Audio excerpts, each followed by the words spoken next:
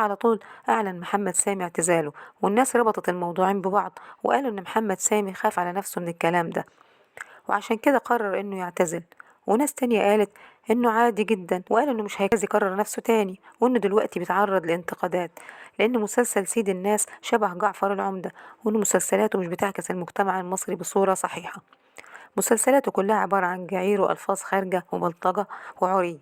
ومحمد سامي ما طلعش يرد على الكلام ده. نجح محمد سامي إنه يعرف الناس عايزة إيه ويقدمه زي العمل الشعبي، فقدم لنا إيش إيش ونعمل أفوكاتو والأسطورة وجعفر العمدة. وبرضه عمل مسلسلات مع غادة عبد الرازق ما كانتش في الإطار الشعبي ونجحت. هو عارف الشارع عايز إيه، لكن بصراحة ما قدرش يصدر الصورة الصحيحة للمجتمع المصري، بمعنى ان زي ما في وحش في الكويس، وفي مجتمعنا الكويس اكتر من الوحش، والكويس هو اللي بيمثلنا.